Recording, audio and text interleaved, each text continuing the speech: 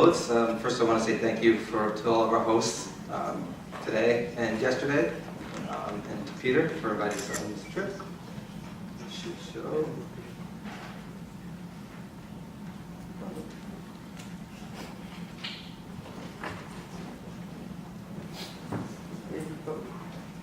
There you go. All right, let's see if this works. Yep.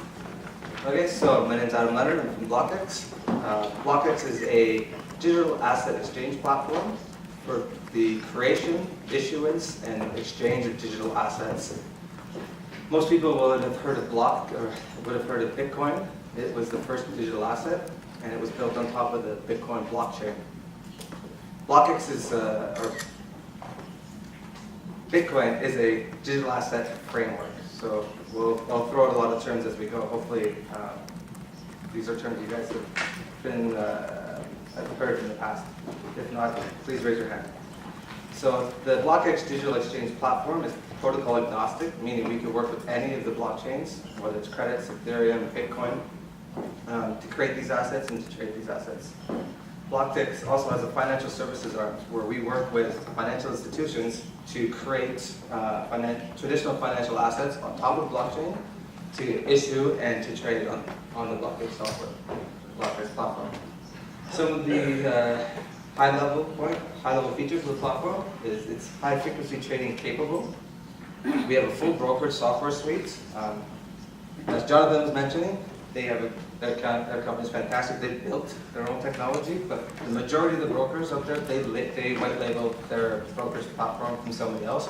We are a platform provider to everyone who is not Jonathan, but he could be a client if you want to take a data fees. We also work with institutions through fixed connectivity, NASDAQ protocols, and API direct trading directly into the exchange. We have a full AML, KYC, and anti-fraud set of tools, and a clearing system that works for both fiat and digital assets. And then, of course, the asset creation tool, and the newest product we're building, which is called the Golden Gate. This allows an institution to work with the custodian to immobilize existing assets, dematerialize it, meaning make a digital representation of it on top of the blockchain for trade on the BlockEx exchange. So primary use cases, institutional trading via APIs, brokerage software that we white label out to potential brokers, and the asset creation tool. But there are other ways to skin the BlockEx platform. Everything is API built at every single level. So you could take the brokerage platform, but only use it for one single asset and turn it into a crowdfunding platform. Or a company could use it for raising debt by creating their own smart bond. Data supply use cases, if we're successful in consolidating the digital asset trading into one exchange, we will become the default rate setter for these assets, including Bitcoin. Be able to create CFDs and other derivatives, and of course for research. There are government use cases for it as well, whether it's collecting the income tax from the trading that is taking place on the exchange, anti-money laundering surveillance, KYT, which is different than KYC, where you can actually monitor the transaction, where a digital asset has gone and everywhere it has been to its wallet address. And through our platform, if it was issued on our wallet address, it's attached to a KYC trader. Also market surveillance as well, and then obviously asset issuance if the government wants to, say, issue a local currency that's tied to their traditional currency, they could create their own digital asset or their own Bitcoin, we'll say.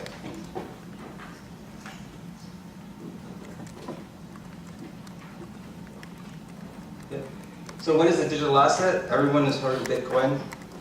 We use the term digital asset for any traditional financial asset that's been built using blockchain technology. This could be a cryptocurrency, it could be a digital security, it could be a smart bond. Some of the examples over here, everyone has heard of the first use case, Bitcoin. The next popular one is now Ethereum. But there are other use cases for it, like we just mentioned. Asset-backed tokens. This is where you create digital asset backed by something. In this case, it's gold. There is a a digital asset that's backed by gold. So when you're trading it, you are actually trading the value of gold. And if you'd like to withdraw that asset in physical gold, you can take delivery of it. You can also create ETFs, crowdfunding, tokens. Governments are already using it. The Isle of Man was one of the first to create a business registry. Honduras has created a land registry using it, and just recently the UK has announced that they're going to be testing issuing some of their social welfare payments using cryptocurrency. And then the digital frameworks, digital asset frameworks. It's the underlying technology that these assets are built on top of. Bitcoin, credits, Ethereum, there's many others. Someone just introduced me to one today from a local company called MyCoin, which seems to be getting some good traction.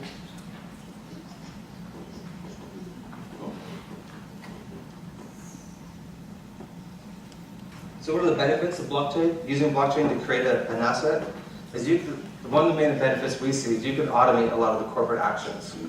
So when creating an asset, I'm not sure how many people are involved in this, but let's say it's a bond, there's a whole list of things that need to happen in order to service the asset. And when by adding these layers of manual processes, it becomes very expensive to manage this asset, which means you have to sell it at high amounts, which makes it really only for the super rich. But by using blockchain, you can automate a lot of these corporate actions, whether it's a stakeholder management, meaning knowing who has the asset at any one time, the automation of coupon payments or dividend payments, and voting rights, which is a big problem. You can start selling these assets at a much smaller rate, basically providing market access to everybody, which we think is a very powerful use case for these assets. Additionally, you can start building consumer confidence. Something that we've seen in all regions is regulators pushing for more transparency and more accountability. When you're using blockchain, you cannot think of blockchain as a ledger, and you cannot go back and change the ledger. What you have to do is add more information to the ledger. So if you're a financial institution or anyone, you can never go back and change the record. So it helps eliminate fraud. And when you automate these processes, you can start sending information directly to a regulator so they can monitor it in real time. A use case of this is in Delaware, where they partnered with a US company to monitor private companies via the blockchain to reduce fraud. Again, access to the wider market, whether it's a single trader or whether it's a small hedge fund, provides some access to all range of financial instruments that you may not have access to in the past. And then you're able to, one thing that I talk a lot about is actually bringing customers into your business at an earlier stage. Consumers are buying things differently now, and acquiring a younger customer for a big bank gets expensive later on when they already have a lot of money. It's very expensive to move from one bank to another. If you can capture that client when they're younger, they may not be as profitable for you, but you will be able to build a relationship with them much younger and keep them for a lot longer. So some of the problems. In the past, we've all heard about the issues with Bitcoin and the reputational risks. This is the reason we created BlockEx in the first place, was to bring a professional trading environment to the digital assets at that time, which was Bitcoin. Most exchanges that existed at the time had very little to no AML, KYC procedures. Their infrastructure was terrible. Whenever there was an opportunity for institutions to make money, meaning price movements, the exchanges would break, they'd fall down, and then exchanges would lose, or institutions would lose a ton of money because they wouldn't be able to get into the exchange and get out of a position. Also, most of the early exchanges were fighting with banks and fighting with regulators. So what we wanted to do was to set out to solve two of the big risks involved with trading these assets. That was the lack of professional institutional grades hardware, software, and AML KYC practices to reduce both the real risk of trading and the perceived risk of the lack of AML KYC procedures. So this is a bird's eye view. There's a lot going on here. The very middle is the BlockEx exchange. At the top, you see retail traders. We are a B2B, B2G, 2C company. We don't deal directly with retail traders. Retail traders come in via brokers, like Tradio. They work building their own software. Institutions can tie in directly, just to the left there, via the FIX and API, FIX and RASDAQ protocols, or they can come in through an order router. Example order router might be Thomson Reuters. On the right is how the custodian relationship would work with the Golden Gate, where the custodian would hold the asset that would be dematerialized and then issued on and then put onto the BlockEx exchange. And below we show the clearing, security, and asset issuance. So why BlockEx? We're focused on solving two main issues, liquidity and risk. By providing a pool liquidity exchange, we create a deep and diverse trading environment for both institutions and retail traders by relentlessly focusing on traditional compliance security issues. BlockEx reduces the risk associated with digital asset trading. Being platform agnostic, we are able to provide institutions and governments with access to the very best technology to build these assets and the very best assets to the traders. We are focused on becoming the trusted authority in the new financial world, powered by distributed ledger technology and cryptographic-based securities. So here we're going to show you a live demo, but after everything we saw today, we're going to abandon that and just do the slides. We'll get to screenshots of the broker software in a second. So here's the financial services side, a little bit more about it. If we had an institutional client, they could log into the back end. They would fill out a questionnaire, what they're trying to build, what's the assets use, and then we would suggest the framework for them to build that asset on. If they don't have the skill in-house, we would then build that asset for them and then list it on the exchange. We'd also work with them on trading and market making strategies, regulatory consultation, because every country has a different viewpoint on blockchain-based assets. We can manage their stakeholders and automate their distribution, distribution management. The newest product that we started building is Golden Gate, which isn't finished. We're trying to find a custodian partner to run the proof of concept with. But the way this would work is it's instant tokenization of existing financial assets. It's a two-way reconciliation process, and it's done by using a commingled trust account. So an institution would then move all of the traditional asset, whether it's a bond or a lot of equities, into a custodial account. We would dematerialize it, and then we'd sell it onwards. And by doing that, you can, one, deleverage your balance sheet if you're a large bank, because you're not taking illiquid asset and making it liquid. Two, you can sell these assets on without going through the clearing system.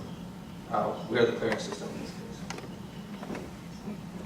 So here's an example of what a retail trader would see from a brokerage client of ours.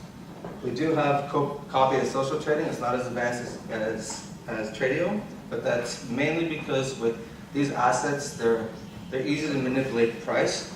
So if you were to do auto copy trading with a digital asset, it could be used for fraud. So it's user initiated. If I was following you, you initiated a trade, I'd be given a notification and asked about the copy of your trade. This helps reduce fraud while the market is still very somewhat illiquid compared to traditional capital markets.